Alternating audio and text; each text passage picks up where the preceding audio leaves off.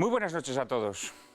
Bienvenidos a esta cuarta entrega de Lágrimas en la lluvia, el programa que aspira a marcar la diferencia en complicidad con un público diferente. Vamos a hablar hoy de la hispanidad, un concepto que los centinelas de la corrección política han desterrado por completo de nuestro lenguaje, haciendo recaer sobre él el San Benito de franquista. Pero lo cierto es que hispanidad no es en modo alguno acuñación franquista, sino mucho anterior, a diferencia de lo que ocurre, por ejemplo, con la expresión Estado español, que hoy paradójicamente se emplea desde sectores nacionalistas e izquierdistas para evitar la designación de España. En Lágrimas en la lluvia siempre designaremos a España por su nombre y a la hispanidad por el suyo también, sin complejitos vergonzantes.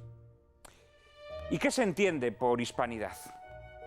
Con esta palabra ocurre lo mismo que con otras de su misma familia, como humanidad o hermandad, que a la vez que designan a una gran multitud de gentes que se saltan las barreras de la raza y la sangre y la geografía en un afán de unión, nombran también un conjunto de cualidades o virtudes.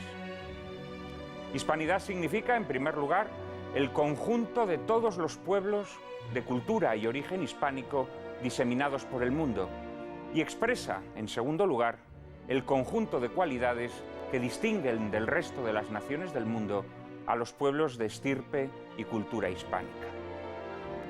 En su defensa de la hispanidad, Ramiro de Maeztu, al indagar las cualidades constitutivas de la hispanidad, se detiene en lo que llama humanismo español, que consiste, nos dice, en una fe profunda en la igualdad esencial de los hombres, en medio de las diferencias de valor de las distintas posiciones que ocupan y de las obras que hacen. Para Maeztu, lo más característico de los españoles es que afirmamos esa igualdad esencial de los hombres sin negar el valor de su diferencia. A los ojos del español, todo hombre, sea cualquiera su posición social, su saber, su carácter, su nación o su raza, es siempre un hombre. No hay nación más reacia que la nuestra a admitir la superioridad de unos pueblos sobre otros o de unas clases sociales sobre otras. Este concepto de igualdad propio del humanismo español lo resume magistralmente Don Quijote cuando, molido y apedreado, después de alancear a las ovejas que ha confundido con ejércitos, le dice a su escudero: «Sábete, Sancho, que no es un hombre más que otro, si no hace más que otro». Y ahí es donde se distingue el concepto de igualdad propio del humanismo español del igualitarismo buenista que ahora tratan de imponernos para destruirnos como pueblo y sembrar entre nosotros la cizaña del resentimiento. Desde una igualdad esencial, los hombres son libres para hacer, y el que hace más que otro, el que se esfuerza más que otro, el que lucha más que otro, es más que otro. Pues en efecto, todas las personas son iguales en origen, titulares de la misma dignidad, de los mismos derechos y obligaciones. Y corresponde al poder establecido que tal igualdad sea efectiva, de tal modo que las personas, independientemente de cuál sea su sexo, raza o credo, puedan hacerse valer en igualdad de condiciones. Y en este hacerse valer es donde se completa el principio no adulterado de igualdad. Pues las personas, que en origen son iguales, alcanzan luego, haciendo valer sus méritos y su esfuerzo personal, logros distintos. No hay igualdad verdadera si quien hace más que otro no es más que otro. Pero así es como hoy los politiquillos y los ingenieros sociales, los apóstoles del resentimiento, han adulterado el principio de igualdad, castigando al que hace mucho a igualarse con quien no hace nada, o imponiendo cuotas y paridades que no son sino la expresión máxima de desigualdad, pues supeditan los méritos personales al condicionante del sexo. Los españoles no nos hemos creído nunca un pueblo superior, pero al menos mientras rigió el principio de verdadera igualdad, estuvimos convencidos de que éramos capaces de hacer lo que otro hombre podía hacer. Creyendo en la igualdad esencial del hombre, nuestra aspiración máxima durante siglos fue abordar empresas que estimulasen al hombre a realizar lo que cada uno lleva dentro de bondad potencial. Este ideal supremo del español se encarnó como en ninguna otra empresa en la conquista de América. Decía Manuel García Morente, el gran filósofo español, autor de este libro que les recomiendo vivamente, Ideal de la Hispanidad, publicado en la editorial Homo Legens, decía García Morente que en la historia de España la salida a América, la conquista y civilización de América no constituye un accidente más o menos fortuito, más o menos hábilmente explotado, sino un rasgo que necesariamente brota de lo más profundo del alma española. Los españoles no fuimos a América para traernos América a España, sino para vivir allá, para fundar allá, para crear allá otras Españas, otras formas de ser español en fecundo mestizaje. Y es que el español no siente y casi no comprende las relaciones abstractas. Su concepto de igualdad necesita cuanto antes conocer al otro, establecer con el otro una relación que se funde en la singular persona de ese otro. Por eso, entre españoles, el trato puede más que el contrato, y las obligaciones de amistad pesan mucho más que las obligaciones jurídicas. El español se vincula por lazos de amistad, conoce a los hombres, los trata, convive con ellos, pero no como frías abstracciones del derecho político o del Código Civil, sino como cálidas realidades de amor y de dolor. Y de esa necesidad de fundirse con el otro en amor y dolor nace el impulso de la hispanidad. No negaremos que en aquel fundirse con América que nos completó como españoles no se cometieran muchos abusos, pero fueron abusos nunca permitidos por la ley ni garantizados por la religión, a diferencia de lo que ocurrió, por ejemplo, en las colonizaciones anglosajonas. En contra de lo que pretende la leyenda negra, en la América española nunca hubo un genocidio. En la América española hubo, es verdad, una mortandad mayúscula de indios causada mayoritariamente por las enfermedades traídas del Viejo Mundo. Y hubo, es verdad, muchos encomenderos brutales, pero nunca genocidio, a diferencia, por ejemplo, de lo ocurrido en América del Norte, donde los nativos fueron prácticamente exterminados. Tampoco hubo en la América española el gigantesco comercio de esclavos que otras potencias coloniales organizaron en el África Negra. La reina Isabel prohibió que los indios fuesen esclavizados, y tal prohibición fue reafirmada taxativamente por su nieto, Carlos V, pese a que la esclavitud seguía siendo por entonces una institución vigente y la piedra angular de la organización económica. Y esta mayor benignidad de la conquista española solo es comprensible a la luz civilizadora del cristianismo que impulsaba a nuestros reyes y a muchos de aquellos españoles aguerridos que se embarcaron en una aventura de consecuencias imprevisibles. La misma fe, por cierto, que según Marcelino Menéndez Pelayo, en el célebre epílogo de su Historia de los heterodoxos españoles, dotó a España de una conciencia de nación, de gran nación, librándonos de ser muchedumbre de gentes colecticias nacidas para la presa tenaz de cualquier vecino codicioso. El día en que esa fe acabe de perderse, continúa el gran polígrafo santanderino, volveremos al cantonalismo de los reinos de taifas.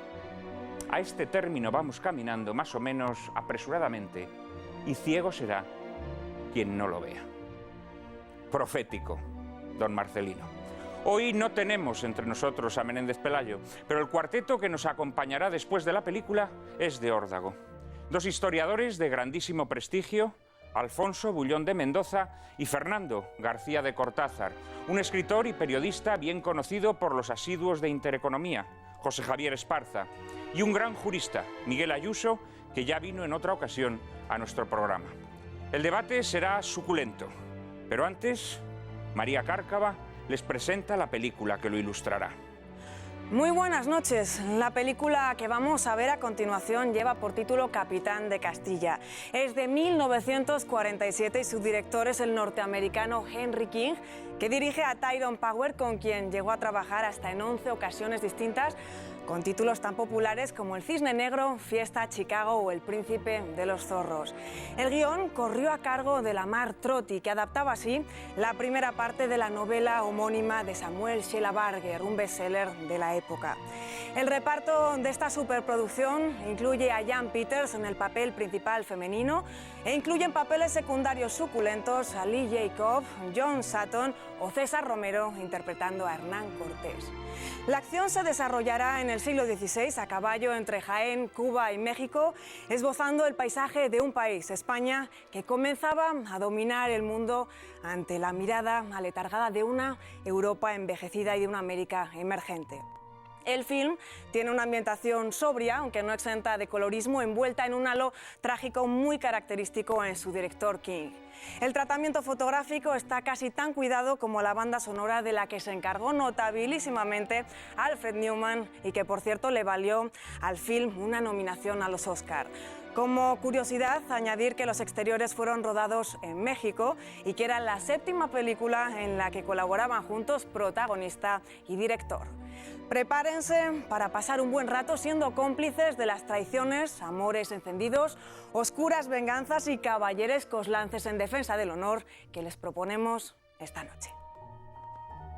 Como suele ser habitual en el cine americano de la época, Capitán de Castilla desliza errores históricos de bulto o acepta los errores veniales establecidos por la leyenda.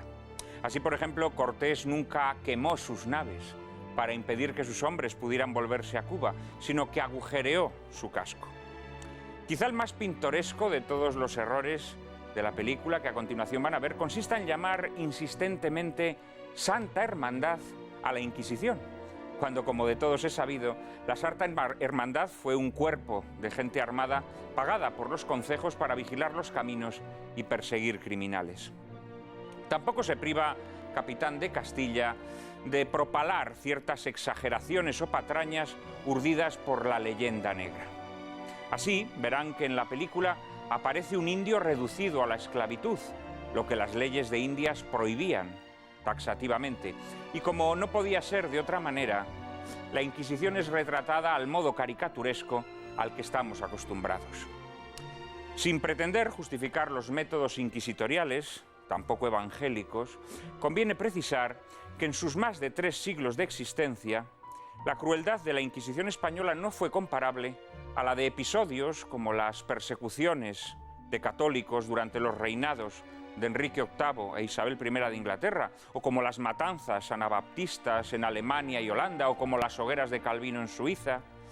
En fin, se calcula que la Inquisición española en sus 3 siglos de vida pudo ejecutar entre 3.000 y 5.000 personas.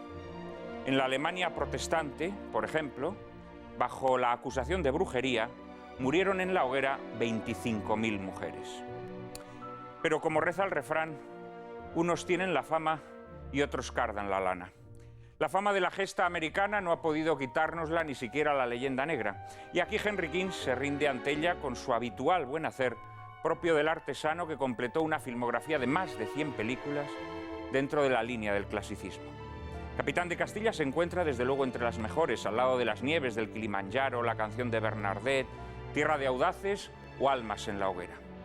Que ustedes disfruten de ella. Luego, en compañía de nuestros invitados, tendremos ocasión de discutir sus deslices y de ponderar sus virtudes.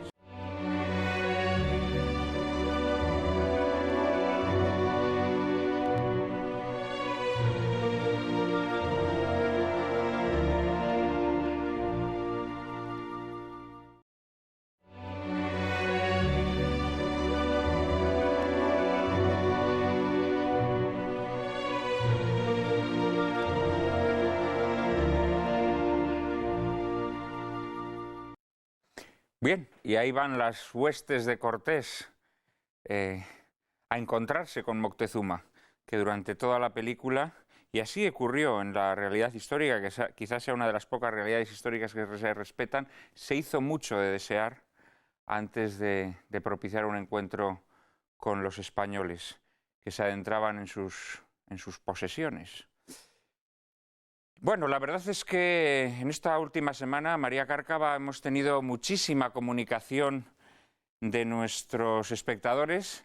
Antes que nada, quisiera enviar un saludo a los amigos de la Brigada Paracaidista destacada en Afganistán, que sé que nos siguen todas las semanas, lo cual nos enorgullece profundamente.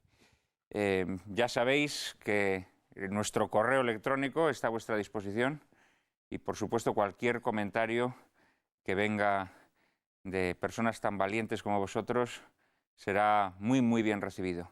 Pero además tenemos mucha gente que nos escribe, ¿no es así, María? Pero muchísima. Juan Manuel, la verdad es que nos han enviado muchísimos correos a tenor de nuestro anterior programa sobre toros. De ellos hemos seleccionado alguno como el de Isidoro Hernández, un médico jubilado que nos contaba que su padre le llevaba de niño a ver corridas de toros en Salamanca, solo cuando podían, y que la película que proyectamos la semana pasada les había emocionado tanto a él como a su familia muchísimo. También el de un chico de 13 años con clara vocación taurina que nos explicaba su disgusto ante la situación que se está viviendo al respecto en Cataluña. Por último, un saludo muy especial a Yolanda Valle y a su padre, Manuel Valle Vallito, el espontáneo de Tarde de Toros, que nos agradecía muchísimo la elección de film y el tratamiento que los invitados le dieron al mismo. En fin, recordar después de Juan Manuel a nuestros espectadores que pueden enviarnos sus opiniones y sugerencias a la siguiente dirección: lágrimas@intereconomia.tv. Repetimos, lágrimas@intereconomia.tv. Y hoy, para hablar de la hispanidad, tenemos un cuarteto, como les avanzaba antes de la película, de auténtico lujo. Miguel Ayuso, jurista práctico y teórico, pertenece al cuerpo jurídico militar y ha sido letrado del Tribunal Supremo. En la actualidad es catedrático de la Facultad de Derecho de la Universidad Pontificia Comillas de Madrid.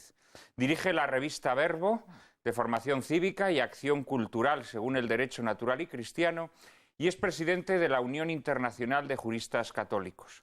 Autor de unos 20 libros, entre los que destacaremos Después del Leviatán, sobre el Estado y su signo, El Ágora y la Pirámide, una visión problemática de la Constitución española, La Constitución cristiana de los Estados o Estado, Ley y Conciencia.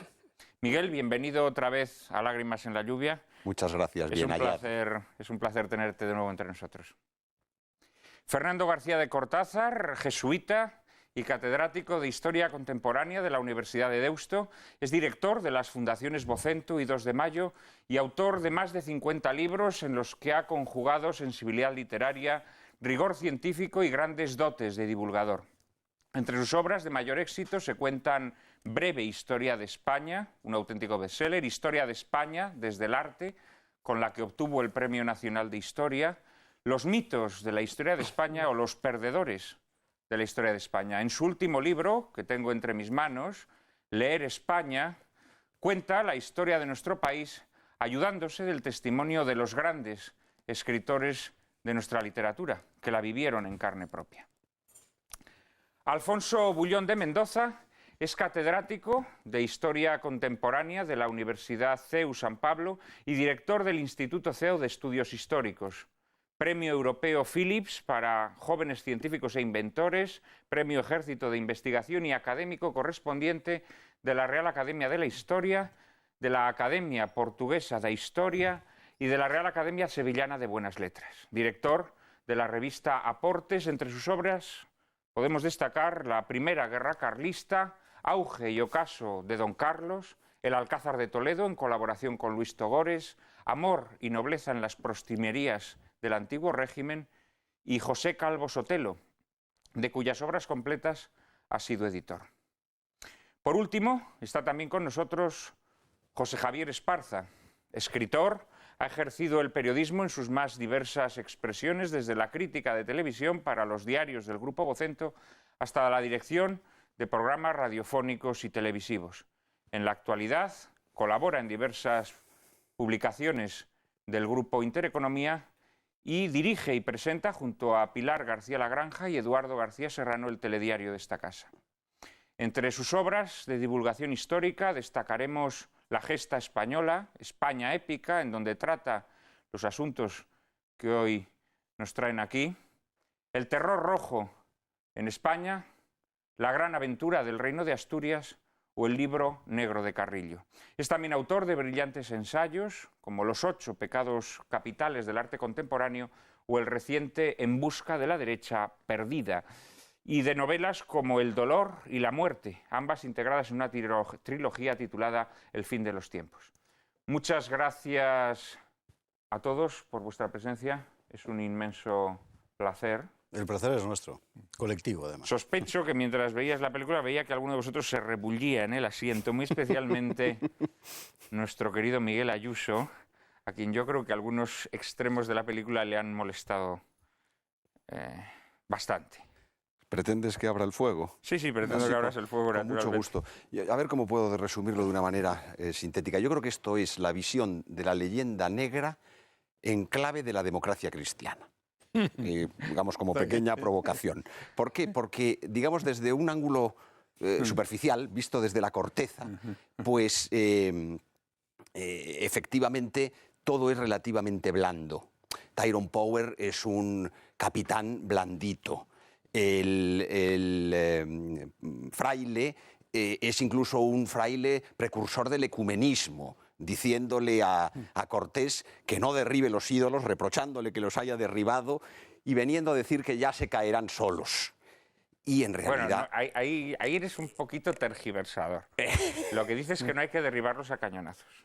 Y... Eres un poco tergiversador. Y Jan Peters ni siquiera está mona, que ya es el colmo. Es decir, no tiene la menor... Es una mujer verdaderamente muy sugestiva. ¿Esto a quién se lo atribuyes? ¿A la leyenda negra o a la democracia cristiana? Bueno, yo creo que a la democracia cristiana... La culpa de que no esté buena Creo que a la democracia cristiana, porque en La mujer pirata, por ejemplo, está estupenda. Pero si dejamos el nivel superficial y vamos al nivel profundo, es la leyenda negra en su sentido más venenoso.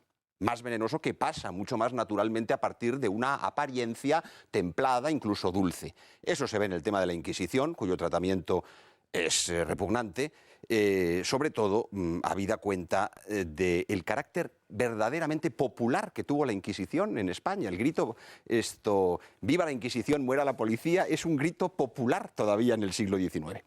Y ciertamente en otro aspecto verdaderamente llamativo y odioso, que es esa visión brutal que da del campesinado, del pueblo, de los lacayos, de los siervos del señorito. Hay que darle ese calificativo al inicio, ¿no?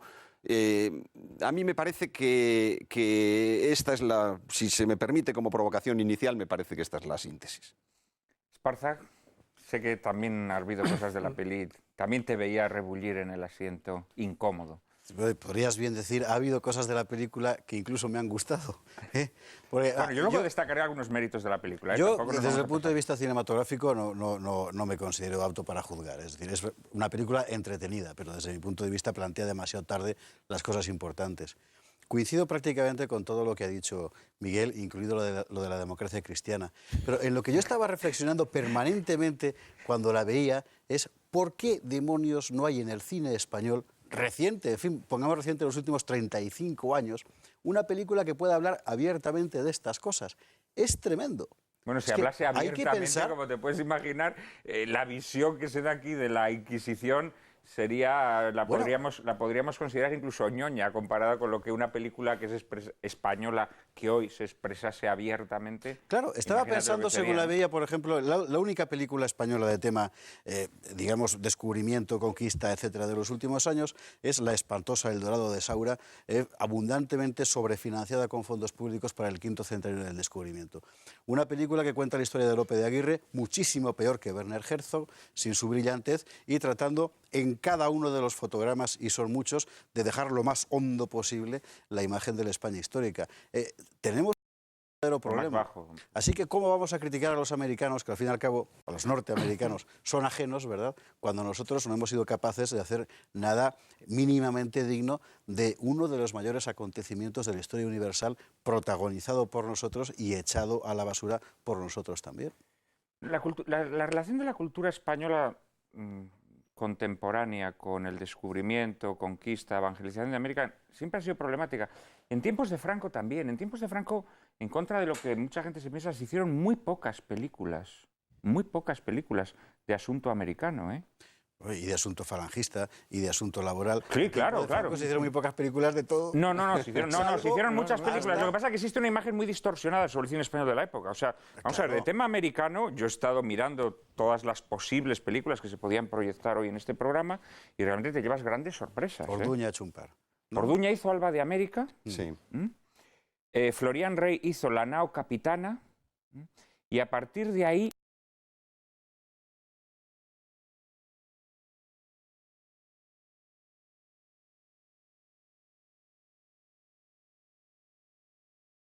es muy evidente. Hay una represión, digamos, de la natural curiosidad y del natural deseo que todo español siente de conocer su historia por parte de las élites artísticas o intelectuales en España, ¿no? Absolutamente. Esto es muy evidente. Y ciertamente, cada vez, las pocas veces que la historia de...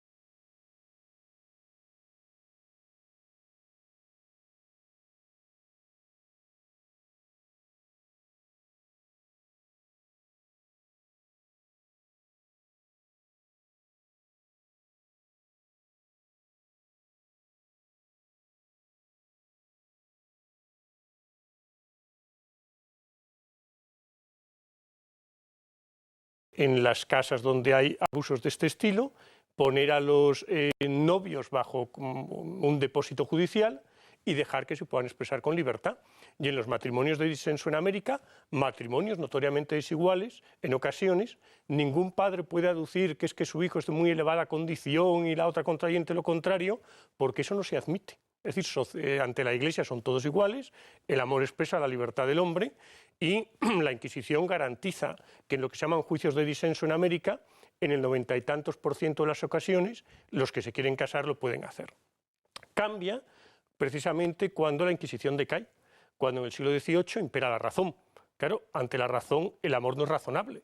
E incluso llega a haber a finales del siglo una pragmática de Carlos III de matrimonios desiguales que prohíbe incluso que el sacerdote pueda casar a aquellos que quieran casarse con todas las penas que traía consigo el que hacer un matrimonio desigual. Por lo tanto, ya digo, aquí, pues para resaltar algo de la Inquisición, y puesto que ha salido, decir que era la gran defensora del amor en el antiguo régimen. Bueno, mira, al final el amor entre Jan Peters y Tyrone Power sin la Inquisición no hubiera sido posible. Exactamente, sí. ¿Dónde situarías, Fernando, muy buenas noches, Muy buenas noches. ¿Dónde situarías tú esa infiltración de la leyenda negra y en qué momento no la supimos detener? Porque la realidad es que la leyenda negra pesa como una losa, ¿no?, sobre la historia de España. Sí, yo creo que sí, pero probablemente pesa más para los propios españoles. El problema de España es que los propios españoles a veces interiorizamos las peores visiones que se dan en el extranjero, pero no interiorizamos las buenas que se dan, porque quizás en este momento las mejores visiones que se dan de la época de la conquista, colonización, evangelización americana, pues se dan desde fuera. Quizá la obra de Hugh Thomas sobre la conquista de México, pues es una obra que no se ha escrito desde España. Y viene a dar razón a aquella frase que yo a veces he empleado en mis clases, no sé de quién es, que la conquista la hicieron los indios y, por el contrario, la emanciparon los españoles, puesto que en el siglo XIX los criollos eran españoles que estaban descontentos de cómo se les trataba o querían efectivamente, imbuidos por ideas de la Ilustración, ideas de la independencia de América, querían, diríamos, independizar, emancipar ese gran territorio. O sea que yo creo que efectivamente la leyenda negra nos ha hecho mucho daño, como nos han hecho mucho daño, y en esta película también se ven los grandes mitos de España. España es la creadora de mitos de grandes mitos literarios, como yo no creo que haya otro país. Es decir, somos los creadores de la Celestina, somos los creadores de Don Quijote, de Sancho, de Don Juan. Aportamos lo suyo también al gran mito de Carmen, de Mérimée y compañía. Pero no quiere decir eso... Y el Cid, que es un personaje histórico, pero es un mito literario. Efectivamente, el Cid también, puesto que además el poema del mío Cid se escribe 100 años después del héroe real y se escribe con una mentalidad clara. Eso sí que es manipulación histórica también. Se escribe con la idea de engrandecer el poderío de Castilla y de colocar a los nobles en su sitio frente a la monarquía, ¿no? O sea, eso sí que es una cierta manipulación. Ahora que hablamos de manipulación histórica se ha dado siempre, y en este gran texto es una clarísima manipulación de la historia con un claro objetivo, como he dicho, destacar el poder de los reyes sobre los nobles y destacar el poder de Castilla sobre los demás reinos. Efectivamente. Entonces, pero no quiere decir ¿Y qué mitos históricos plantearías tú como mitos tergiversadores, digamos? No, pero quiero decir que a todos los periodistas, historiadores, se sienten, y cinéfilos o directores de cine, se sienten la tentación de creer que todos los españoles somos Quijotes o Sancho Panza. A mí el otro día un periodista francés me preguntaba sobre si Florentino, el director o presidente del Real Madrid, era Don Quijote. Y le dije, pues mire, no creo que sea muy Don Quijote, es un empresario que calculará la inversión, los riesgos de su inversión. Entonces no me parece que conviene... Era el ventero. Sí, claro, ¿no? Está bien, eso sí. Oh, entonces yo creo que... Carrasco. Claro, entonces que es un problema que también este tipo de películas nos plantean, ¿no? Es decir, España tiene una gran imagen, o un exceso de imagen, pero no quiere decir que esa imagen sea buena. ¿Qué imagen tiene Bélgica? Pues probablemente ninguna. ¿Qué imagen tienen los belgas? Los españoles tenemos una gran imagen, pero probablemente no ajustada a la realidad de un país ya moderno, de un país que, que los asuntos económicos y las multinacionales ya no les son ajenas, por muy ajenas que pudieran ser ese tipo de reflexiones económicas en el siglo XVI, y que, sin embargo, seguimos con esa imagen muchas veces en el exterior y en la crónica periodística, de Don Quijote, de Sancho, el donjuanismo, el fraile, el cura, el militar, etcétera, etcétera, que todo esto, diríamos, aparece en América. Por ejemplo, es clarísimo, y menos mal que ya los filólogos lo han puesto en su sitio, cuando dicen los españoles implantaron a base de arcabuz, etcétera, el idioma. Bueno, pues el mapa lingüístico americano se completa a finales del siglo XIX. Cuando se construye el ferrocarril argentino, se da cuenta la gente de que es bueno hablar en una especie de lenguaje universal, que es el español, frente a suizos, argentinos, italianos, etcétera, que están trabajando ahí. Y entonces el mapa se complementa. ¿Por qué? Porque la Iglesia ha explicado el Evangelio en las lenguas autóctonas, en las lenguas nativas, y no ha hecho gran esfuerzo por decirlo en español. O sea que por un lado está eso, y por el otro lado, cómo no recordar, cuando llega el 92, para aguarle a España el festín y la fiesta del 92, la Comisión Justicia y Paz, presidida entonces por el arzobispo Echegaray, luego Cardenal Echegaray, que se ha caracterizado, como saben ustedes... que es francés, porque la gente pensará que es de San Sebastián. Exacto, está muy bien. Caracterizado por... Vasco-francés. Vasco-francés, efectivamente. Gabacho cardenalicio. Bueno, el hecho, no sé si lo sabéis, es impresionante. Mira, la Comisión de Justicia y Paz saca un documento terrorífico sobre el origen del genocidio y del racismo en el mundo. Y entonces lo pone directamente, el texto de esta comisión lo pone en la conquista de América. Entonces yo estaba como asesor, como fuera, en una revista que sigue existiendo, que se llama Cuenta y Razón, que la presidía entonces Javier Marías. Y Julián Marías. Julián Marías, y la dirigía Javier Tusell. Bueno, entonces Julián Marías me dijo, tú que eres muy combativo y muy beligerante, ¿por qué no respondes al cardenal, que no era cardenal entonces, al arzobispo Echegaray? Y entonces leo el texto. Entonces yo digo, ¿cómo puedo abordar la respuesta? Entonces estoy pensando, voy a ir a la Enciclopedia Británica, voy a ver la voz racismo, etcétera, etcétera. La veo y no me inspira nada. Pero he aquí el descubrimiento que voy a la Enciclopedia Francesa y el arzobispo Echegaray se dedicó a copiar casi literalmente trozos de la enciclopedia francesa en su texto, en donde ponía que el origen del racismo, del genocidio, lo relacionaba con Hitler, etcétera, etcétera, estaba en la conquista de América, pero eso está ahí. Y entonces se permitía decir que, bueno, que había excepciones, como por ejemplo Bartolomé de las Casas y Francisco de Vitoria y Francisco Suárez, a lo cual yo contesté, se ve que no ha leído a ninguno de los tres, porque no les podría poner en el mismo saco.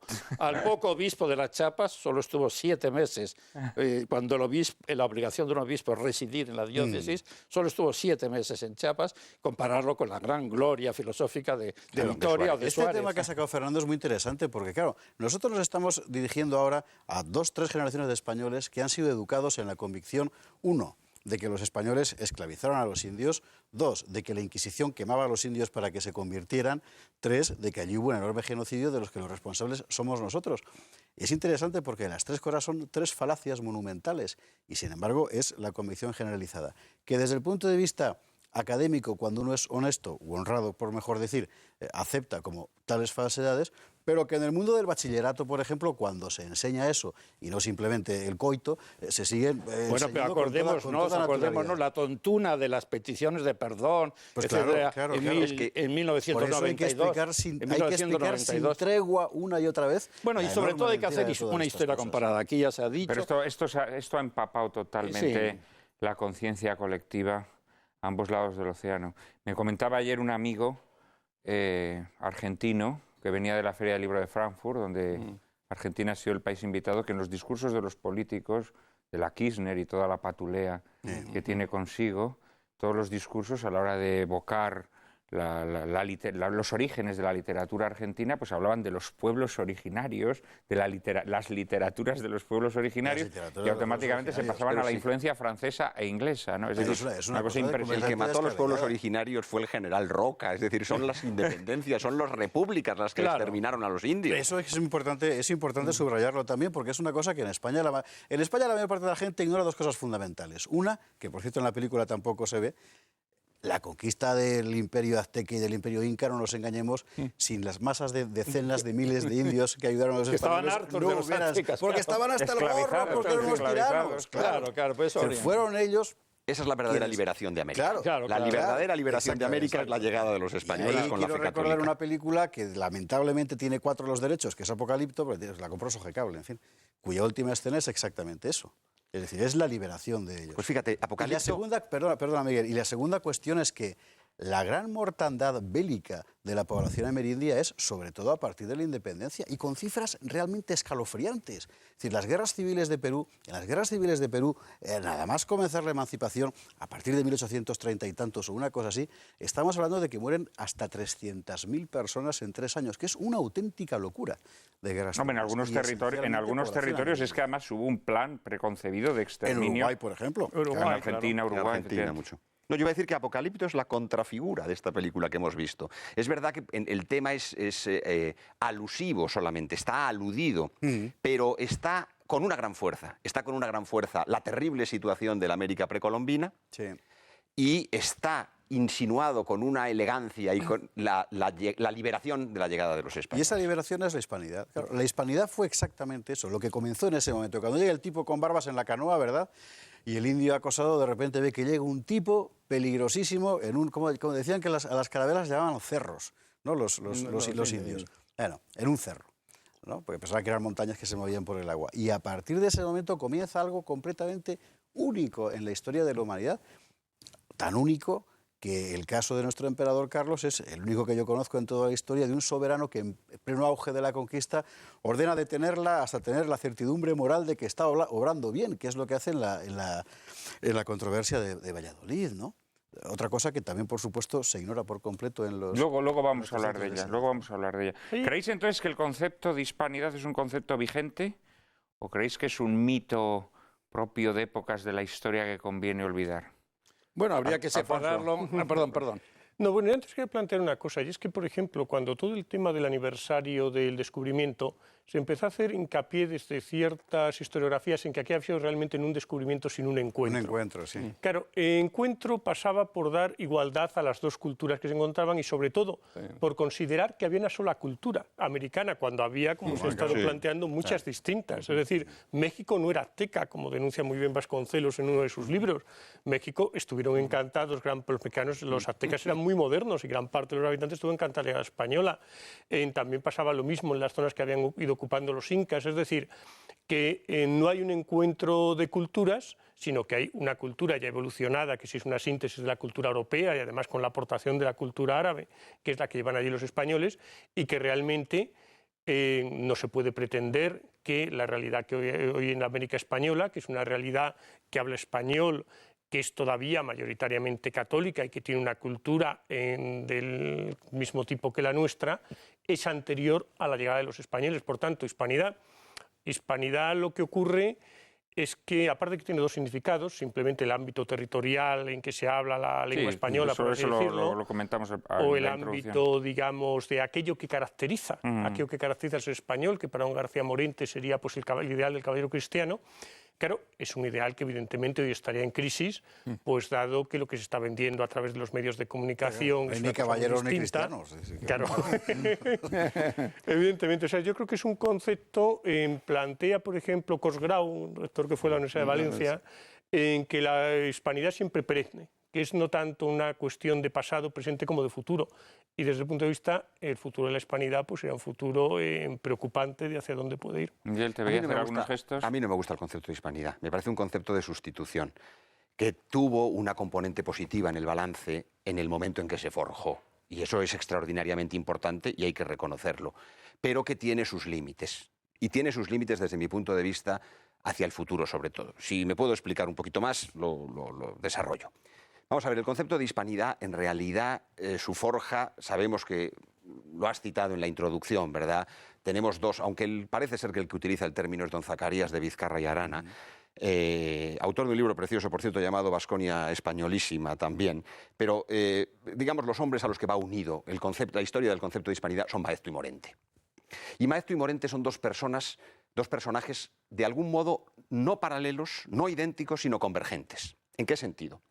En que en Maeztu nunca perdió la fe del todo. Cuando Eugenio Vegas en Acción Española le tituló un artículo Razones de una conversión, pensando en Donoso, se enfadó Maeztu y dijo, no, yo siempre fui católico. El artículo tendría que haberse publicado como ¿por qué me hice más católico? ¿Y por qué se hace más católico Maeztu? Por la hispanidad. Es la hispanidad, es la recuperación de la hispanidad después del paso por múltiples estadios a lo largo de su biografía, bastante tormentosa, donde la recuperación de la hispanidad, digamos, le conduce al reforzamiento y purificación de su fe. El caso de Morente es el contrario.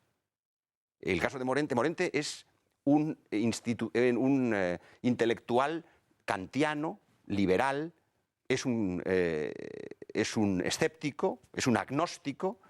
De la institución libre de enseñanza. Es un hombre de la institución libre de enseñanza. Él es un hombre muy ponderado, ha sido subsecretario con la monarquía en los últimos tiempos, ha sido decano de la Facultad de Filosofía durante la República. Él no es un institucionalista come curas. Él es un hombre culto y él es un hombre moderado. Ahora bien, es el asesinato de su yerno, es el exilio, la huida a París, el exilio de la zona roja. Morente, de donde se escapa, como tantos otros, es de la zona roja, no de la zona nacional. Pero hubo gente que escapó de la zona roja. Ortega, Marañón... Algunos pocos pudieron, Ortega, Marañón, Pérez de Ayala... Carrasco Formiguera, que lo... Entonces, cuando está en París, lo cuenta en El hecho extraordinario, ¿verdad? Él, escuchando La infancia de Jesús de Berlioz, pues resulta que hay algo que mueve su vida. Y es la recuperación de la fe. Y entonces, esto es lo más interesante. Por eso el caso de Morente es extraordinario para el tema que estamos tocando. Casi más que el de Maeztu, con todo lo importante que es Maeztu. Si no te importa, después de la publicidad vas a contar a nuestros espectadores el caso de Morente. Volvemos en unos instantes.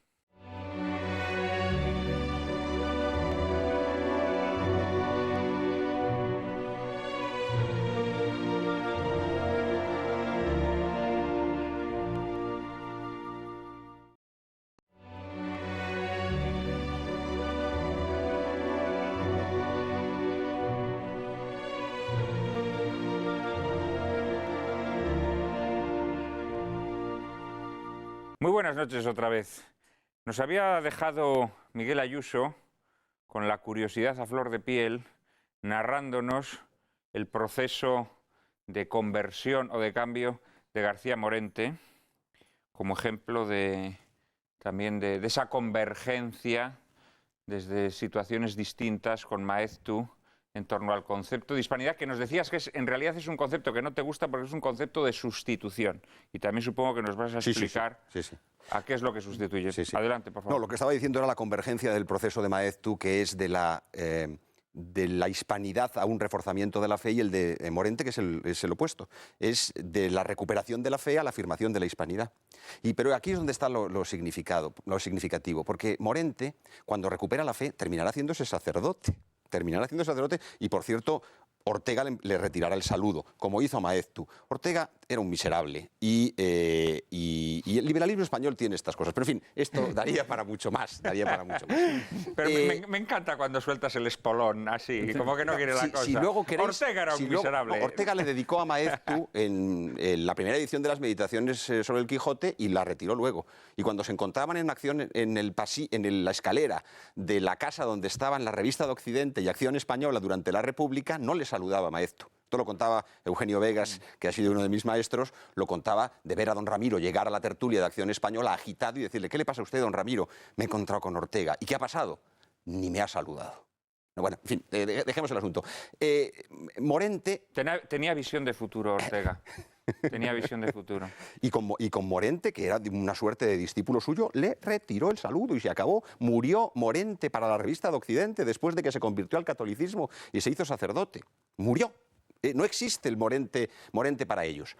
Bueno, entonces, Morente, en esa situación, ha recuperado la fe y él sigue siendo kantiano, porque es que la recuperación de la fe, la gracia, no sortea, la efusión de la gracia no sortea los edificios conceptuales.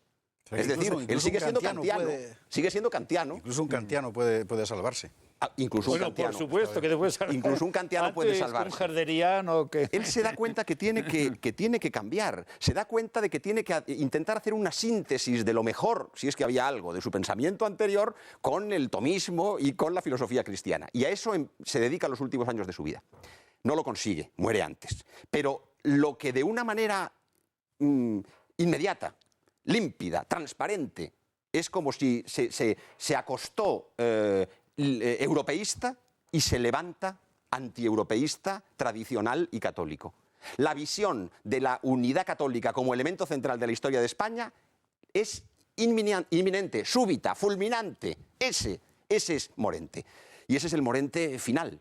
Y esto es muy significativo porque demuestra ese eje, cómo ese eje de la historia de España es inmediatamente comprensible por la razón para quien ha recuperado la fe sin necesidad de grandes esfuerzos intelectuales. Muy importante el ejemplo de Morente desde mi modesto punto de vista. Bueno, entonces, ahí tenemos ya la doble experiencia convergente de Maeztu y de Morente. ¿Pero por qué digo que es un concepto de sustitución? Porque en realidad el concepto de hispanidad es un concepto que tiene esa fortuna y que se corresponde con la pietas patria, se corresponde con la virtud del cuarto mandamiento y tiene esa importancia por personas que no habían sido patriotas, por personas que no habían practicado esa virtud y que la comienzan a practicar. Pero digo que es un concepto de sustitución porque en realidad se queda corto, porque la hispanidad como concepto cultural tiene su interés. En realidad sustituye a la cristiandad hispánica, es decir, a la monarquía hispánica. Y ese es el elemento central. Y ese es un elemento que ya no es solo cultural, que ya es político. Y que tiene que ver con la interpretación completa de la historia de España. De la cristiandad mayor, que se rompe cuando nacen los estados europeos y que queda reducido en la monarquía hispánica durante la época de la Casa de Austria como cristiandad menor. Y esa cristiandad menor incluso rota en el siglo XIX por la irrupción de las ideas liberales, ilustradas y liberales, que lejos de ser las que construyen España, son las que destruyen España y que quedan reducidas a una especie de cristiandad mínima que sustancialmente sería el carlismo. Claro, pero lo que ocurre, perdón, es que la sustitución, si me dejas un momento, que plantea Zacarías de Vizcarra, es una sustitución al día de la raza. Es decir, no a lo que tú has planteado, que sería evidentemente mucho más amplio, sino a la idea de Día de la Raza que se acuña para el 12 de octubre como fiesta en Argentina y que naturalmente plantea Vizcarra, esto no tiene ni pies ni cabeza, porque además seremos la raza cósmica. Por lo tanto, el sustituir eso por hispanidad sí me parece un progreso. Claro. Evidentemente, si nos vamos hacia el retraer al sentido de la historia de España, sin duda. Digo que distinto. Yo creo que es una cosa buena, pero que tiene sus límites. Esa sería lo que... Sí, yo creo que Miguel ha explicado el asunto, no es que lo hayas explicado al revés.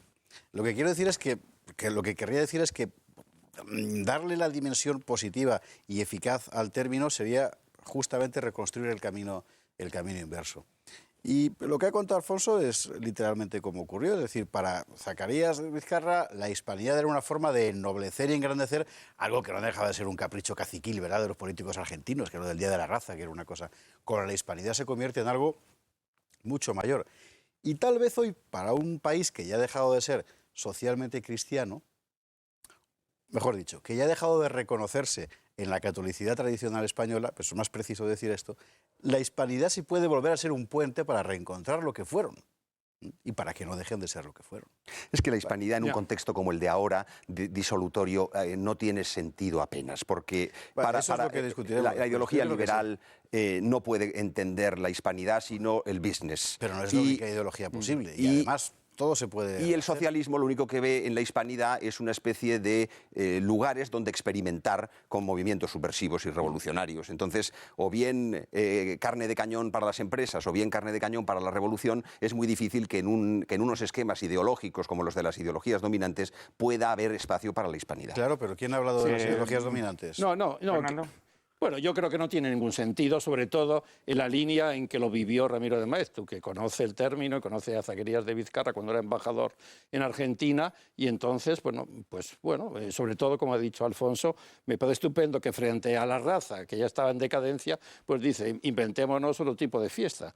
Habría que recordar a nuestros espectadores que ya tampoco en España se llama el Día de la Hispanidad, se llama Fiesta Nacional, como los toros. El 12 de octubre. 12 de octubre. Entonces yo entiendo... Eso yo creo que nuestros espectadores lo tienen claro. Lo que pasa es que nosotros hemos querido recuperar el concepto. No, por eso. Sé que ya no se llama. Yo tampoco quiero recuperarlo. Me parece que la historia pues debe dejar ahí sus muestras y la historia ha venido a traer pueblos... ¿Y qué quiere sino que convivan en mansedumbre? Tampoco conviene sacar el hacha ahora para decapitar moros muertos ni alancear franquistas tampoco. Pero bueno, entonces en ese sentido yo creo que, bueno, Ramiro de Maeztu la difundió. A mí me parece bastante aberrante algunas de las cosas que se dicen en ese libro, sobre todo desde una óptica de un nacionalismo laico, de una nación laica. Es decir, si nosotros ponemos la nación española en la afirmación de la cristiandad, en el sentido providencial de España, de predicar el Evangelio, los que no crean están condenados a no ser españoles. Entonces yo creo que sería estupendo crear una nacionalidad basada en el civismo, en el respeto de las leyes, en el respeto a los demás, pero no en la conciencia ni en el confesionalismo cristiano como destila la obra de Zacarías Vizcarra y la de Ramiro de Maeztu, que entre paréntesis, aparte de pertenecer a una familia realmente admirable, donde hay pintores, hay pedagogos, pedagogas, etcétera, él, pues bueno, es un converso del liberalismo y bueno, y los años le hacen, diríamos, radicalizarse en su postura. Y luego pues habría que separar, claro, este término del concepto de la época, que pues es primo hermano del concepto de italianità, que también se emplea en ese momento, y a mí me parece que, bueno, pues que podemos hablar de una España que se prolonga en América, pero no, yo no creo que no tuvimos ninguna llamada a la providencia ni para predicar el Evangelio, ni para hacerles hablar español, que lo hablaron cuando lo quisieron, etcétera, etcétera. Digo, son fenómenos contingentes y yo creo que Dios está ocupado de otras cosas y no habría que meterle tanto, yo creo, en eso quizá naciones. Explique la actual situación de España, de verdad. Bueno, pues igual estamos dejados de la mano de Dios, que es una frase muy castellana, pero bueno, pues que Dios, que también se hablaba del silencio de Dios, cuando estudiamos teología en los años 60 y 70, continuamente se hablaba del silencio de Gambra. No, totalmente, no de Gambra y toda la teología alemana y francesa. Hay un libro de Müller en el que lleva esa rúbrica también. Pero como ha dejado Fernando el asunto, está ideal para que empecemos a pelear. A pelear, no, pues sí. Yo creo que sí, estoy esperando, estoy sorprendido de que os estéis de momento se ha traicionado nuestro querido amigo Fernando porque ha utilizado la palabra crear, la necesidad de crear una nación laica, una nación basada sobre vínculos que no sean los vínculos de la fe. Bueno, eso es que la nación se crea continuamente. Si decía Renan que era un plebiscito diario, tenemos que decir que estamos creando también la nación del 2010 y que entonces ni el historicismo, ni el militarismo, ni el confesionalismo anterior a Messi Pelayo, y que lo recogen, esa obra magnífica, y no me duelen prendas, que casi todos los historiadores creo que hemos leído, muchos no se atreven a citarla, yo sí me atrevo a citarla, y mis perdedores de la historia de España, bueno, tiene un sitio también para los que Marcelino llama heterodoxos, yo les llamo perdedores, o les llama herejes, etcétera, pero son grandes personajes como Valdés, como Blanco White, etcétera. Pero no son perdedores, son pocos, sobre todo. Es que la gran clave de la historia de los heterodoxos de don Marcelino, desde mi punto de vista, sin esto no se entiende nada, es que se podía hacer la historia de los heterodoxos. La que no se podía escribir es la historia de los ortodoxos, porque la historia de los ortodoxos no cabe, es la historia de España. La de los heterodoxos se puede hacer porque son pocos. Bueno, bien. Yo no quiero derivar ahora, en un momento que estamos hablando de América, en una pelea entre Marcelino Messi Pelayo y los demás. O sea, que creo que es un verdadero... Tal como tú lo has planteado, al final el toro ha quedado puesto en el siguiente, en el siguiente lugar. En que la nación no tiene que ver nada, ni con la religión, ni con las identidades, sino que tiene que ver más bien con el préstamo, con el contagio, etcétera, etcétera. De que América es un ejemplo. ¿Cómo no va a tener que ver la nación? Es decir, lo que hace que todos vivamos creéis que la nación está en el siglo VI, claro. Escúchame una cosa, Fernando. ¿Cómo no va en el tercer concilio de Toledo? ¿Cómo no va a tener Esa es que mi ver la tesis. nación? Es decir, lo que hace que vivamos juntos con el camino que nos ha traído hasta aquí. Sí, bueno, bien. Claro que tiene que ver. Tiene que ver con el deseo de los españoles. No te dedicas a especular en bolsa, te dedicas a escribir historia. No, pues si escribo la historia y la digo así. Tiene que ver con el deseo de los españoles de pertenecer a una nación que tiene una historia y que se ha manifestado fundamentalmente en una serie de lenguas, sobre todo en el español, etcétera, etcétera. Ciertamente. Tiene que ver con eso, pero Claro ya que sí. no tiene que ver con sentimientos identitarios, tiene que ver con el deseo manifiesto de unas personas que aprueban una constitución y que dicen, bueno, vamos por lo menos a conllevarnos, a no vivir cejijuntamente. Cuando hablas de Entonces, Constitución, desde te ese refieres a la Constitución en el sentido... Sí, en el sentido del liberal y el sentido del 19 y del 20. Entonces, no Constitución querido interna. Fernando, desde ese punto de vista, la historia de España es una catástrofe sin paliativos. Pues será lo que sea. Tienes un tribunal constitucional que hace mangas y capirotes del texto que aprueba. Pues critiquémoslo. Una nación que se rompe y que se deshace por donde le da la gana. Critiquémoslo. No, perdona. Es decir, un sistema creado tan cívicamente como acabas de describir y que es incapaz de generar sus propios anticuerpos para evitar su degeneración desde dentro de sí misma. Eso no va a ningún... Eso es Bélgica. Tú hablabas antes de Bélgica. Eso es Bélgica. Nosotros sobrevivimos por otros motivos. ¿Por qué? ¿Por la defensa de la hispanidad? No, entre otros motivos, porque tenemos un montón de cosas detrás. Hombre, vamos a ver. Pues sí, por supuesto. No voy a negar yo que tenemos una cosa detrás cuando ¿Tú es que he crees, escrito Fernando, 60 libros sobre historia de España. Pues claro. Pero no quiere decir... No, vamos a ver. Tú tienes miedo de que convirtamos al cardenal Primado de Toledo inmediatamente en presidente del Consejo del Reino, cosa que no vamos a hacer. Pero es que la hispanidad es otra cosa. Sí, claro, es decir, hay un No, ya hemos visto lo que la hispanidad se ha dicho desde aquí. Yo creo, vamos a ver, hay dos cosas que has dicho que... Lo que es la hispanidad, según Ramiro de Maeztu, porque hispanidad también lo empleaba Miguel de Unamuno, frente al concepto de españolidad, le gustaba más el término de hispanidad. Y la hispanidad también es Portugal, si vamos a eso. ¿Cómo no va a ser? Los que sabemos Hispania, historia antigua. Yo diría que toda comunidad humana se congrega en torno a un impulso religioso o sustitutivo de lo religioso. Es decir, sí, yo creo que las personas se vinculan y sienten que comparten cosas, sí, compartiendo una fe, compartiendo, hablemos en el caso de otras civilizaciones, de otras culturas, sí, compartiendo un culto, ese es el origen de las comunidades humanas. Ya podemos discutir si el origen del Estado es o no un origen religioso, pero yo creo que en toda comunidad humana sí hay un origen... Pero no tiene el mismo peso en todas, ¿eh? Yo creo que eso por supuesto que no, pero... lo explica muy bien Morente, precisamente, no en ese libro Idea de la Hispanidad que tú citabas, sino en una lección inaugural de la Universidad de Madrid, me parece que del año 42, Ideas para una filosofía de la historia de España, donde explica perfectamente cómo en Francia el catolicismo es un ambiente en el que se puede vivir o no, en el que Francia es una nación católica, ¿quién lo va a discutir? Ha sido una nación católica, pero que en Francia la religión no constituía el nervio, mientras que en España, es la tesis de Morente, sí. Y yo creo que esa tesis es acertada, ha sido acertada, y precisamente en cuanto eso se ha ido diluyendo el sentido de España. No es casual la situación en la que nos encontramos, más bien está conectado no con el deseo de tener que construir o crear cosas, sino que lo que se ha demostrado es que cuando se ha pretendido crear o construir algo, lo que se ha hecho es destruir lo que eran los vínculos naturales, y que esos vínculos cívicos no han llegado a sustituir a los vínculos naturales.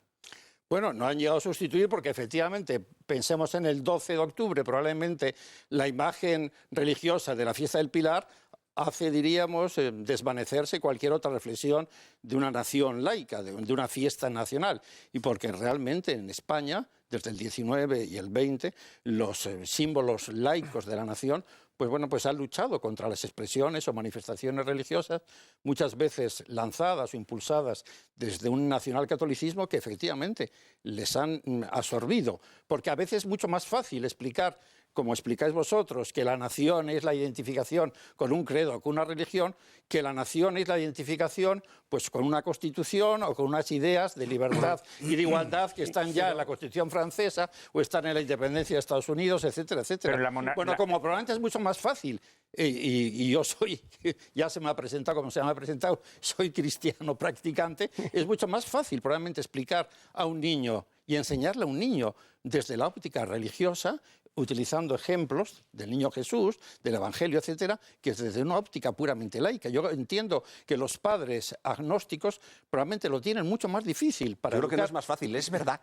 Y bueno, aparte de que sea verdad, pero digo que es más fácil enseñarle probablemente valores que son valores más allá de la religión, del sacrificio, de la entrega a los demás, del heroísmo, de la generosidad, etcétera, desde la conducta, por ejemplo, pues de Jesús, etcétera, que es de la conducta o de los ejemplos laicos. Yo me consta que así es así por muchos agnósticos que conoces, que te dicen eso. A mí ya me gustaría utilizar la reflexión religiosa, como la emplearon en mi caso, pues para reforzar vínculos, diríamos, cívicos y sociales. Pero lo que es evidente, claro, tú sitúas el nacimiento de España, ¿qué lo sitúas? ¿En las constituciones liberales? Por supuesto, claro. O sea, tú no de España, de la nación española, el concepto nacional, de Vive la Nación, de 1794. Bueno, porque es ahí se grita viva la nación, y entonces porque creo que Napoleón tiene que ver mucho con la nación. Sí, claro. Porque él la crea para Francia y los demás la crean frente a él. O sea que yo creo que efectivamente tiene que ver mucho con la nación.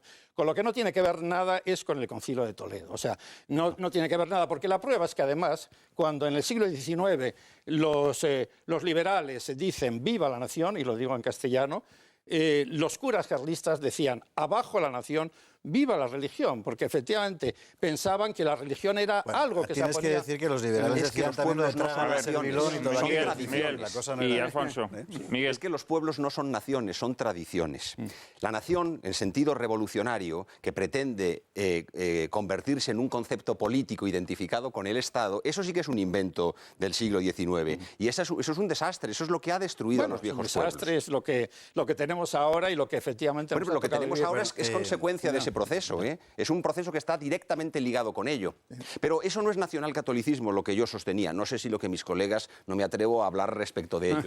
Sospecho que aquí nadie ha defendido pero el nacionalcatolicismo sería lo contrario, sería una inversión perversa en la que se pondría lo religioso al servicio de la nación. Es al contrario, es la iluminación de la nación a través de lo religioso, en el servicio de lo religioso, porque la salud de las almas es la ley primera, según dice el adagio canónico. Bien, yo creo evidentemente que la nación es un plebiscito de lo cotidiano, que planteaba Hernán, que has citado, pero también es un producto de la historia. Entonces, claro, en la nación no puede nacer, es la famosa controversia que tiene Jovellanos, por ejemplo, con un Quintana sobre la Constitución, cuando plantea, España tiene ya su Constitución, que está formada por el conjunto de las leyes tradicionales españolas, que es el sentido inglés de constitucionalismo. Es decir, yo creo que la nación es producto de la historia y está incluso en nuestro caso incardinado claramente en una sociedad determinada. Cuando Toynbee hace su estudio de la historia, distingue unos modelos de sociedad. Entonces, todo lo que sería el mundo occidental es la civilización cristiano-occidental, porque está basado en sus valores en el cristianismo, puede estar más o menos explícito en cada país. Por lo tanto, en el caso de España, en lo que es toda la formación de España, como en lo que es toda la cultura occidental, hay una huella importante y notable del catolicismo. Totalmente de acuerdo, pero claro, no sé si tiene que ver mucho con la idea de nación. También tiene que ver en Francia. Francia se llamaba la hija predilecta de la Iglesia. Claro, no, pero lo que quiero decir... No, perdóname, Fernando, la hija primogénita, la hija predilecta igual era España. Lo que quiero plantear es que no es separable, en el caso de la historia de España y probablemente en la mayor parte de los países europeos, el tema de la religión del tema de la historia. Sí, claro, efectivamente. Yo cuando inicio mis investigaciones como historiador, mi Artola, historiador laico, diríamos, me dice, la tontuna es hacer numerosas historias del movimiento obrero. En aquella época que estaba de moda el movimiento obrero, finales del franquismo, movimiento obrero en Guadalajara, en Tenerife. Igual había 5 socialistas, no sé. Entonces, bueno, estudiemos la Iglesia, que es la que tenía importancia en la historia de España. Y así yo me introduje en los estudios de historia de la Iglesia, ¿no? Vamos un momento a publicidad y enseguida volvemos.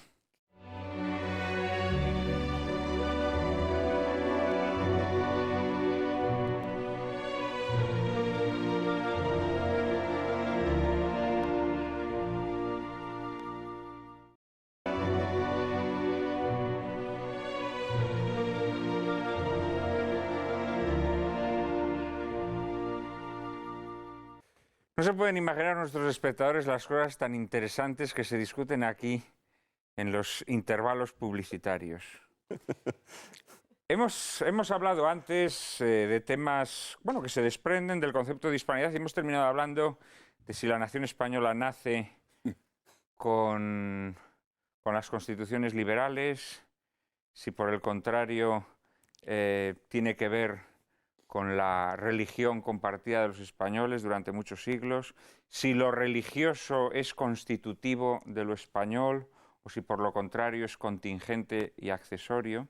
Yo les prometo a todos nuestros espectadores que dedicaremos otro programa a hablar sobre todos estos asuntos, a hablar sobre el concepto de nación, a hablar sobre la importancia de lo católico en la Constitución de España, pero ahora vamos a intentar volver atrás y vamos a intentar seguir hablando del asunto que hoy nos convocaba aquí, América, el descubrimiento, colonización y evangelización de América.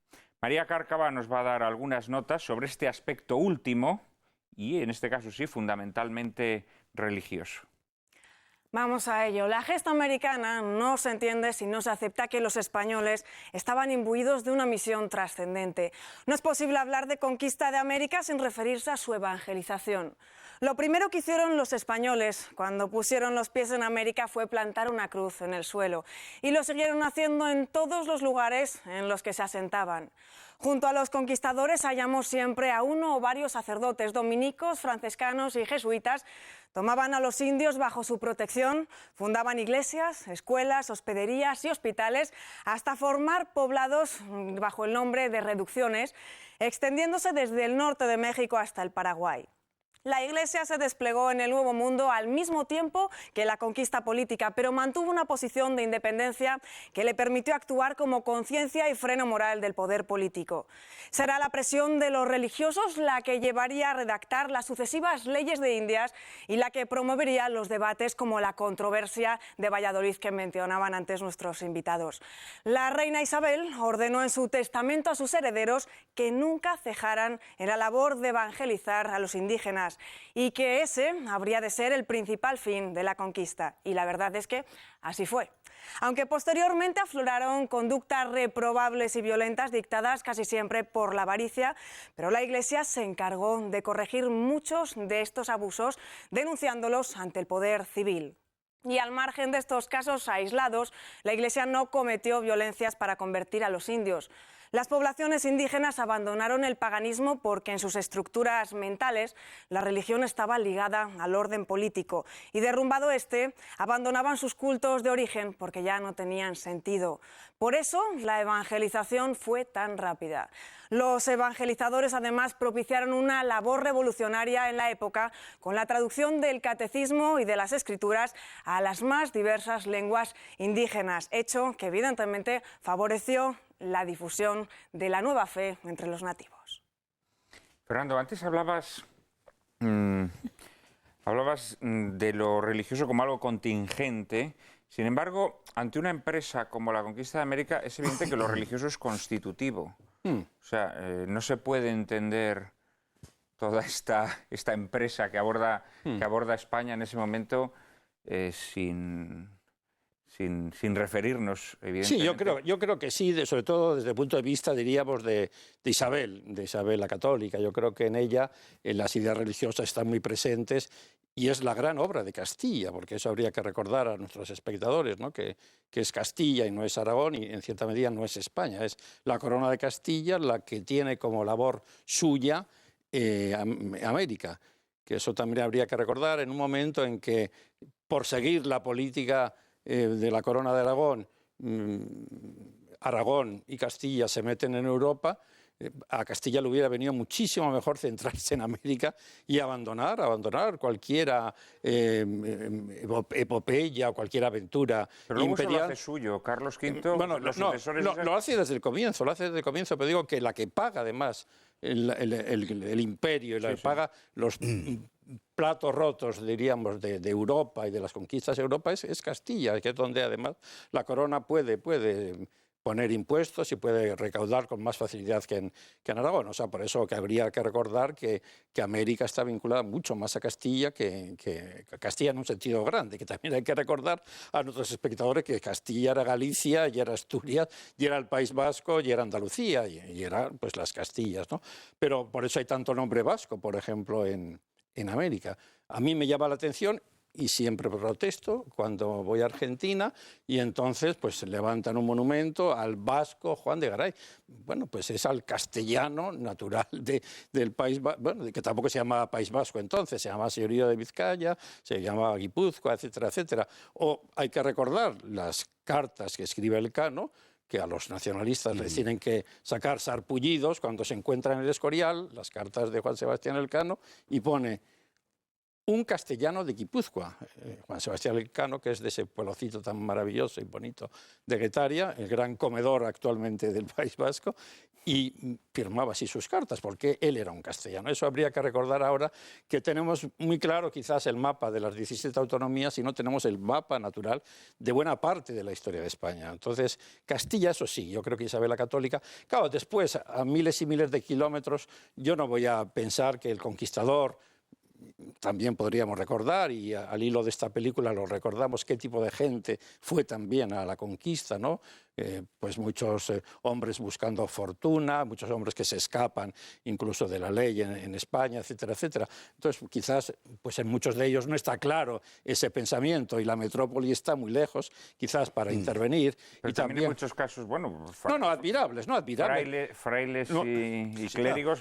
Y sobre todo... Y muchos de esos hombres de fortuna... Sí. que luego se hacen frailes. Exacto. Sí. Y habría que recordar una cosa, que eso es evidente, y en eso se distingue la historia de España en América de la historia de la colonización francesa o inglesa, que es las universidades. Las universidades españolas se trasladan inmediatamente, con el modelo de Alcalá y de Salamanca, se trasladan inmediatamente pero pensemos que... En 1551 están México y Lima. Antes, no, la primera es Santo Domingo, luego Lima y luego México, efectivamente. Pero es que recordemos que los portugueses no han tenido nunca una universidad, me parece, en Brasil. O sea, las primeras universidades en Brasil son ya cuando está emancipado. Es que Brasil fue colonia. Y claro, efectivamente. El Nuevo Mundo fueron provincias de ultramar. Y eso me parece interesantísimo. Yo quería decir dos cosas para completar lo que acaba de exponer Fernando, y esas dos cosas son las siguientes. Una, que fueron agentes del rey de Aragón los que van a desmontar el horroroso tinglao que había montado Colón al principio,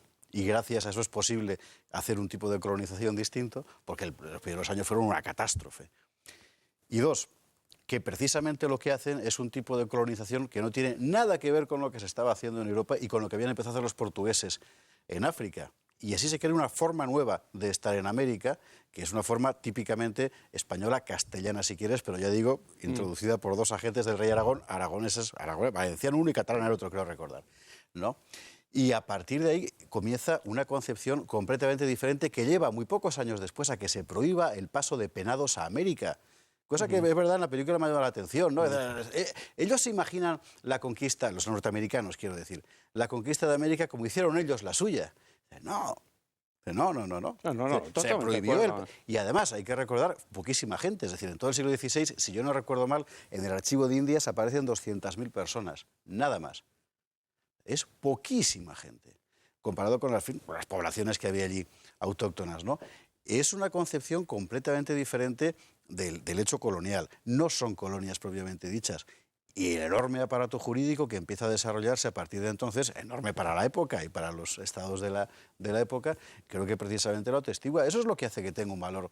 Bueno, claro, las leyes de Burgos son de 1513, 12 o 13, exactamente. Y son de 1513, claro, efectivamente. Es enseguida. Enseguida. Todavía claro. Casi no se sabe lo que es América. Se puede pensar que es la Cuba, que es la Santo Domingo, claro, México, o sea, y ya realmente está, no. Eso más. sí, eso es admirable, ¿no? Bueno, y la producción, diríamos, teológica, filosófica, de ahí nace Francisco de Vitoria, y de ahí nace el derecho internacional. Eso sí que nos podemos sentir orgullosos los españoles. Es decir, la aportación de España es enorme y muchas de ellas a través de América, claro. Y el hallazgo intelectual de que hay otra persona que tiene una dignidad semejante a la tuya, que por eso no lo pueden esclavizar, no es porque la reina tuviera un capricho. Bueno, eso es fundamental. Eso es básico. Los indios nunca fueron esclavos, ¿no? Bueno, Bartolomé de las Casas pedía que se sustituyeran por negros. Por eso Voltaire lo pone verde. Por eso Voltaire no puede ver a Bartolomé de las Casas. Justo castigo a su perversidad. Hay que decir que tenía una razón aquello. Era el hecho de que ellos habían sido ya adquiridos como esclavos, por tanto no les cambiamos de naturaleza. ¿No? Pero bueno, no deja de ser. Yo quería decir dos cosas. La primera es una pequeña precisión en el sentido de lo que decían Fernando y Javier respecto de que las Indias no fueran colonias. Este es el título de un libro famoso de Ricardo Levene, un historiador argentino, en el que jurídicamente demuestra cómo la estructura que se llevó al ultramar, a las provincias de ultramar, a los reinos de ultramar, era exactamente la estructura jurídica que había aquí. Es decir, el régimen de municipios a través de los cabildos y el régimen de las cortes a través de los congresos, con mayor o menor penetración, más el cabildo que el congreso, pero es la traslación. Luego, por tanto, no hay una mentalidad colonial, sino que hay una mentalidad exclusivamente de crear nuevas Españas, las Españas ultramarinas. Pero aquí enlazo con el tema de la distinción entre dentro de los conquistadores y los frailes. Es decir, evidentemente en los religiosos que iban a América, la intención de su viaje era precisamente el de la evangelización.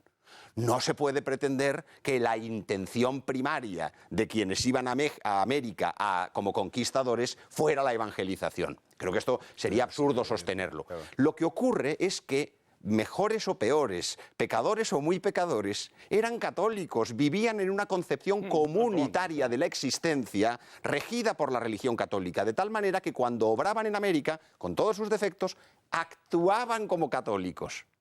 De tal manera que eso es lo que explica que aunque la intención primaria para los laicos, para los conquistadores, no fuera propiamente la evangelización, con su acción, mejor o peor, evangelizaban. Y cuando surgían conflictos, porque estos conflictos se han suscitado siempre entre los dos poderes, esto es inevitable, digamos, el diálogo entre el poder civil y la Iglesia no tiene arreglo. Digamos que esto ha existido durante toda la historia. Ha habido momentos en los que en régimen de cristiandad, digamos, ha habido una subordinación, la potestas in temporalibus, respecto de las finalidades principales. Pero en América yo creo que hay que subrayar que también los conquistadores eran normalmente evangelizadores. No, y además era un fenómeno bastante, porque vamos a ver, fueron muchos hombres de fortuna, fueron incluso muchos delincuentes.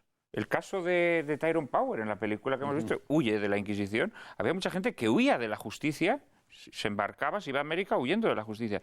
Pero es que mucha de esa gente, hombres de fortuna, hombres que iban a la búsqueda de un enriquecimiento, probablemente bajo el impulso de la avaricia, delincuentes, etcétera, etcétera, es que luego también vivían muchas transformaciones. Es que muchos de esos soldados de fortuna terminaban haciéndose frailes allí.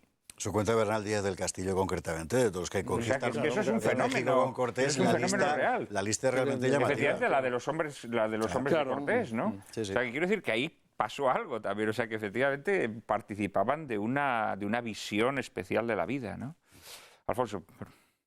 Bueno, yo creo que es evidente, es decir, en la sociedad española era antes una sociedad muy vertebrada en torno a la religión, era la religión compartida, eran los valores comunes y todo español, fuera allí por lo que fuera, la verdad tenía ese sustrato. Quizá tú también como jesuita, ya que te presenté así, ¿no? el papel de los jesuitas en... Yo creo que es importantísimo. Quizá no en el primer momento, ¿no? Porque claro, no había.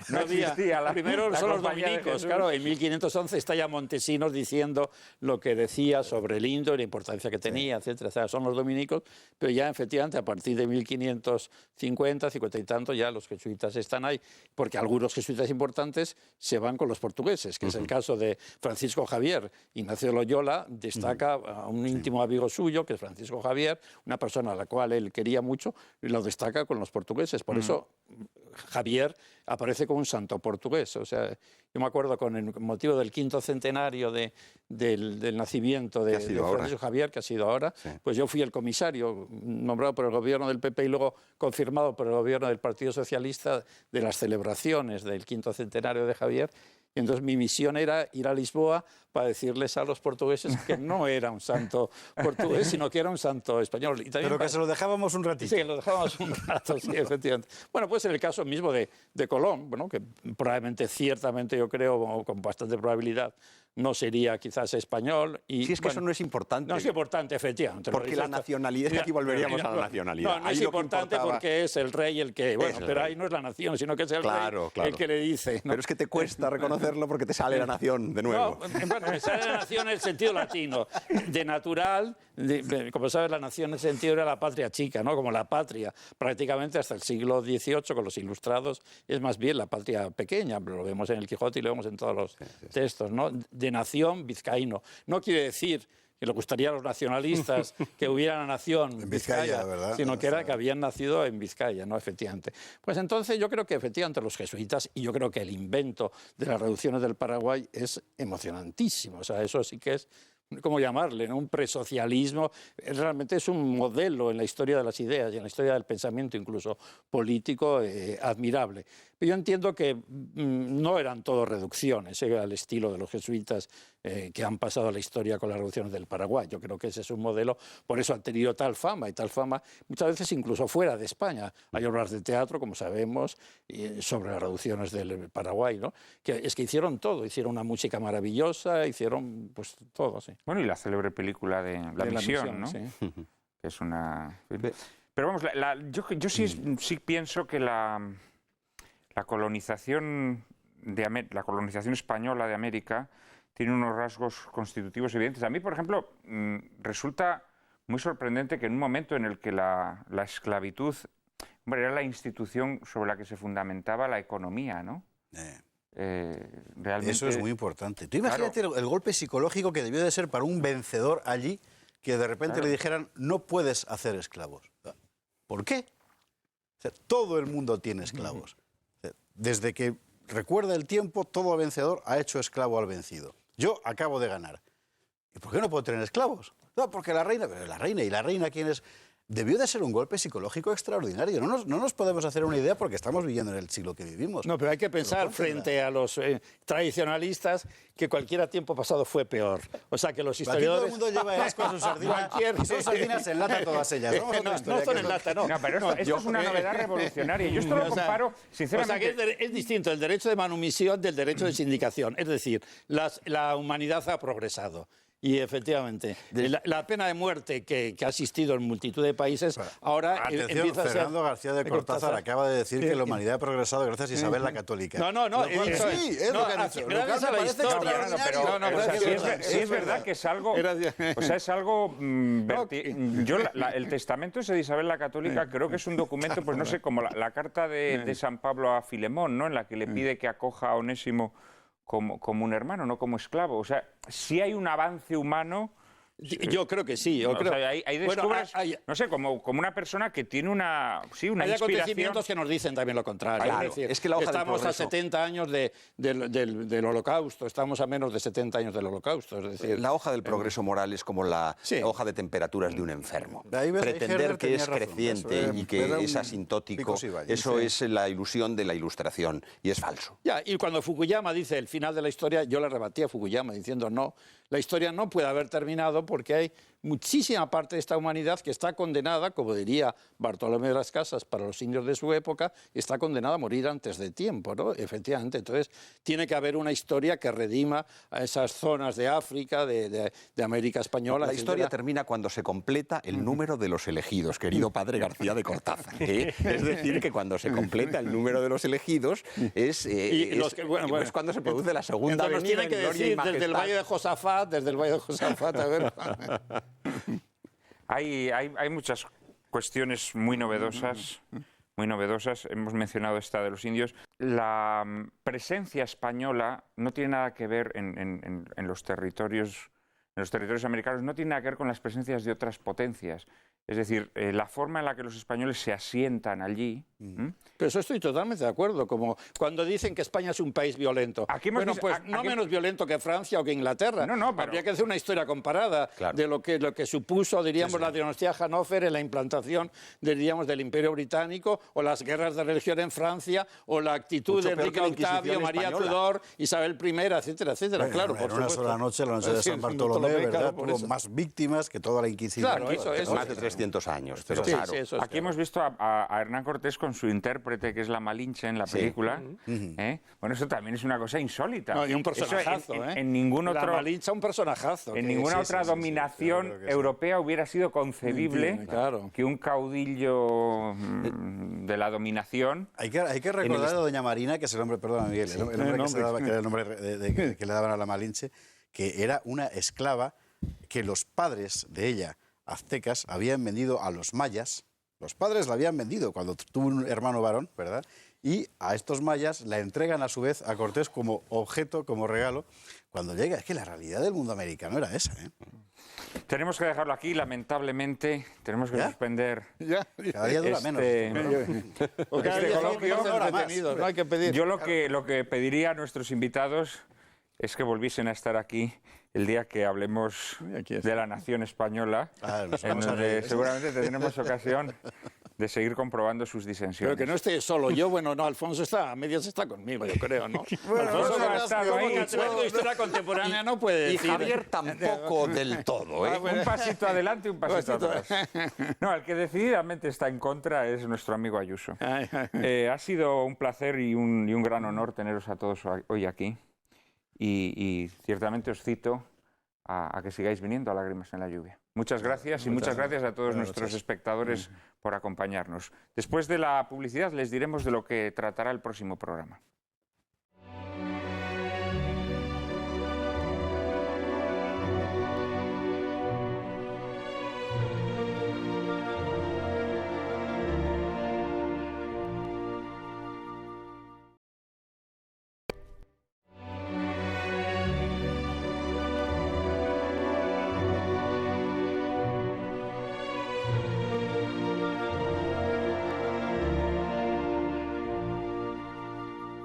Cárcava, qué historia la de Hernán Cortés y la Malinche, ¿eh? Pues la verdad es que sí, Prada. A mí la verdad es que me dio muchísima pena Hernán Cortés.